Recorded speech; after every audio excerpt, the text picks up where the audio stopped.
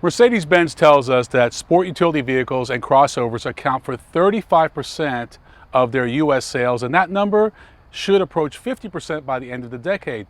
So when they introduce a new crossover, it's a big deal. This is the 2015 GLA, and it's based on the CLA, and it is the entry point for young buyers looking to get into this brand.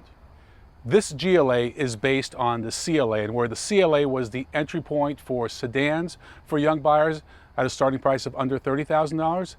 This vehicle, starting at $31,300, is going to be the entry point for the crossovers and SUVs.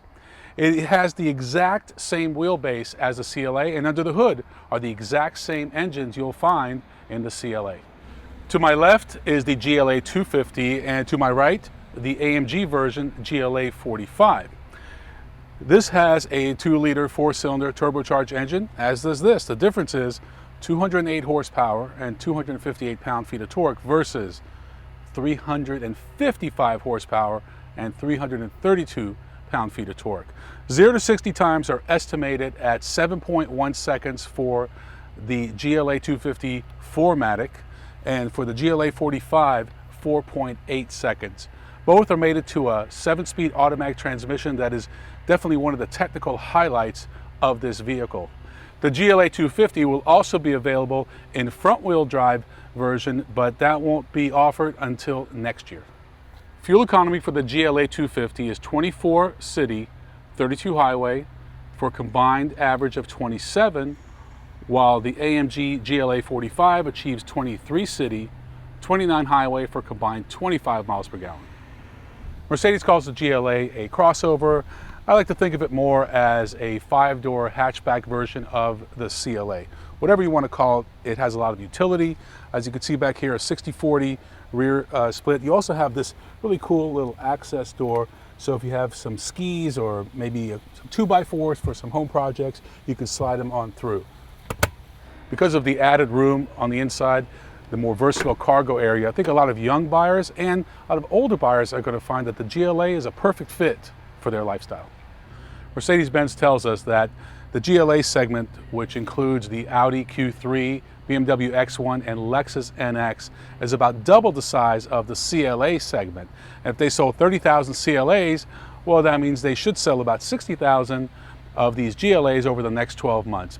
Well, we'll have to see. Our initial impression during this day of driving both models was that these vehicles are very capable. The transmissions are probably the best in the segment, and you have a couple of very capable powertrains to choose from. And with a starting price of $31,300, this is sure to get a lot of people's attention. All-wheel drive or 4MATIC is optional on the GLA250 and standard on the GLA45. Now, since both of these vehicles are front-wheel drive biased, it works a little bit differently than in their rear-wheel drive vehicles.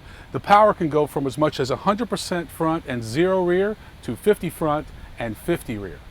Even though Mercedes-Benz tells us that the GLA250 will account for about 95% of the volume as compared to only 5% for the GLA45, we're going to drive the fun one.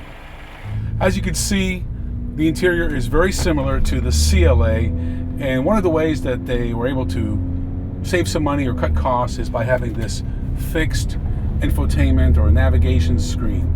I'm not a big fan of it. It's a little bulky and kind of one of the things we didn't like about the car. The other thing is the rear shot. These massive tail lights that they put on the car just don't seem to blend with the rest of the vehicle. Seems like they paid a lot more attention to the front and the sides than they did to the rear. But overall, it's a great driving vehicle. You know, it's important to have a good powertrain, which they've done in both models, but having a good transmission is equally as important, and they've definitely accomplished that with this 7-speed.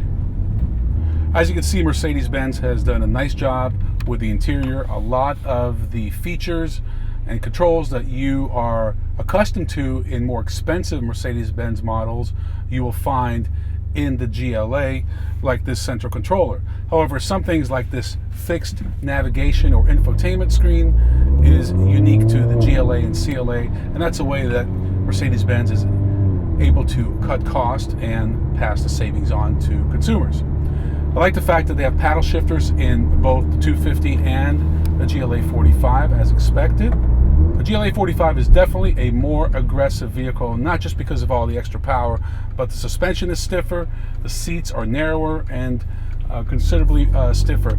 Not a great car for long trips if you're looking for comfort, but a fun car around town, and it makes a great exhaust note. Mercedes believes the GLA is going to become one of their best-selling vehicles, and I tend to agree with that. People want to get into this brand, but they don't want to spend $50,000 and $60,000. This enables people to do that. So now you have two viable options: the CLA that they introduced last year, and now this GLA, which is much more practical, a lot more interior room, it's easier to get in and out of. I think this is going to appeal to many more people, young or old.